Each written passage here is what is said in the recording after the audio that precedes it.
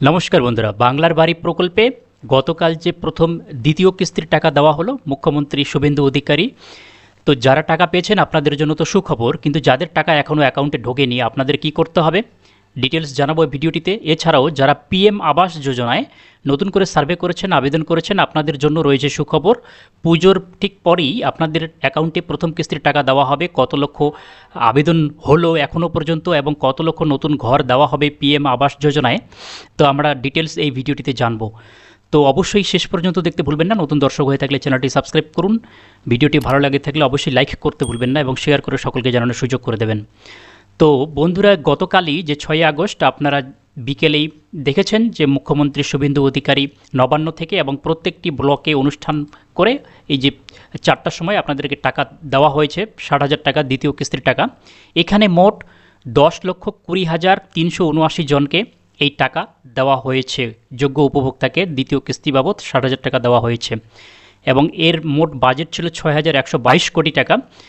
এখানে এই টাকা পাওয়ার একটা শর্ত রয়েছে, তারাই শুধুমাত্র পাচ্ছেন যাদের প্রথম কিস্তির টাকায় বাড়ির কাজ লিন্টেল লেভেল পর্যন্ত শেষ হয়েছে এবং পোর্টালে সরকারি প্রতিনিধিদের দ্বারা জিও ট্যাগিং সম্পন্ন হয়েছে। কেবল তারাই এই দ্বিতীয় কিস্তির টাকা পাচ্ছেন। তো অনেকেই যে কমেন্ট করছেন যে তাদের অ্যাকাউন্টে টাকা এখনও ঢোকেনি, তো আপনাদের 12,000 তো পুরো ভুয়ো বেরিয়েছে। যাদের টাকা ফেরত দেওয়ার জন্য রাজ্য সরকার পদক্ষেপ নিচ্ছে, আপনারা লিন্টেল লেভেল পর্যন্ত কাজ করেছেন এবং জিও ট্যাগিং সম্পন্ন হয়েছে, টাকা এখন ঢোকেনি, আপনাদেরকে বলবো 1 সপ্তাহ ওয়েট করুন। 1 সপ্তাহ এরপর যদি টাকা না ঢোকে তাহলে আপনারা বিডিও অফিসে গিয়ে আপনাদের জিও ট্যাগিং সম্পন্ন হয়েছে কিনা সেটা আপনারা চেক করবেন। তো আপনাদের এখন কি করতে হবে, যদি লিন্টেল লেভেল পর্যন্ত কাজ না হয়ে থাকে তাহলে সেটা সম্পূর্ণ করুন এবং সেই লিন্টেল লেভেল পর্যন্ত কাজ হওয়ার পরেও যদি টাকা না ঢুকে থাকে এখনও পর্যন্ত, তাহলে আপনারা ব্যাঙ্ক অ্যাকাউন্টে একটু চেক করে নেবেন যে ডিবিটি লিঙ্ক করা আছে কিনা এবং স্থানীয় বিডিও অফিসে গিয়ে জিও ট্যাগিং স্ট্যাটাস আপনারা চেক করে নেবেন। এটা আমি আপনাদের বলবো 1 সপ্তাহ ওয়েট করতে, কারণ আজকেও কিছু উপভোক্তাকে টাকা দেওয়া হবে, প্রত্যেক দিন একটা ব্যাচ ওয়াইজ এই টাকা দেওয়া হবে। তো যাদের এখনও ভেরিফিকেশন হয়নি আপনারা বিডিও অফিসে গিয়ে জানাবেন ভেরিফিকেশন করার জন্য, জিও ট্যাগিং করার জন্য। যারা পিএম আবাস যোজনায় যে সার্ভে চলছে এই মুহূর্তে তাদের জন্য রয়েছে সুখবর। এই মুহূর্তে যোগ্য উপভোক্তা বাছাইয়ের কাজ রাজ্য জুড়ে চলছে। বাড়ি বাড়ি এই আবাস প্লাস সমীক্ষার কাজ চলছে, স্বসমীক্ষাও হচ্ছে, সেলফ সার্ভে আপনারা নিজেরাই করতে পারছেন।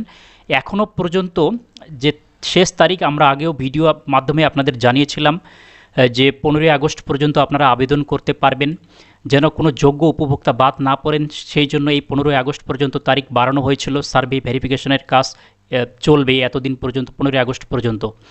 এখনও পর্যন্ত আবেদন যে পড়েছে এই যে আবাস প্লাস সমীক্ষায়, ইতিমধ্যেই রাজ্য জুড়ে প্রায় 19,63,000 উপভোক্তা কিন্তু আবেদন করেছে, চিহ্নিত হয়েছে। সেলফ সার্ভের দ্বারা বা যারা সরকারি অফিসিয়াল রয়েছেন তাদের দ্বারা এখনও পর্যন্ত 19,63,000 উপভোক্তা আবেদন করেছে। সময় এখনও কিছুদিন রয়েছে, আপনারা যারা এখনও আবেদন করেননি আবাস প্লাস যোজনায় আপনারা আবেদন করুন। পরবর্তী 5-7 বছর আবার সার্ভে না হওয়ার সম্ভাবনা রয়েছে।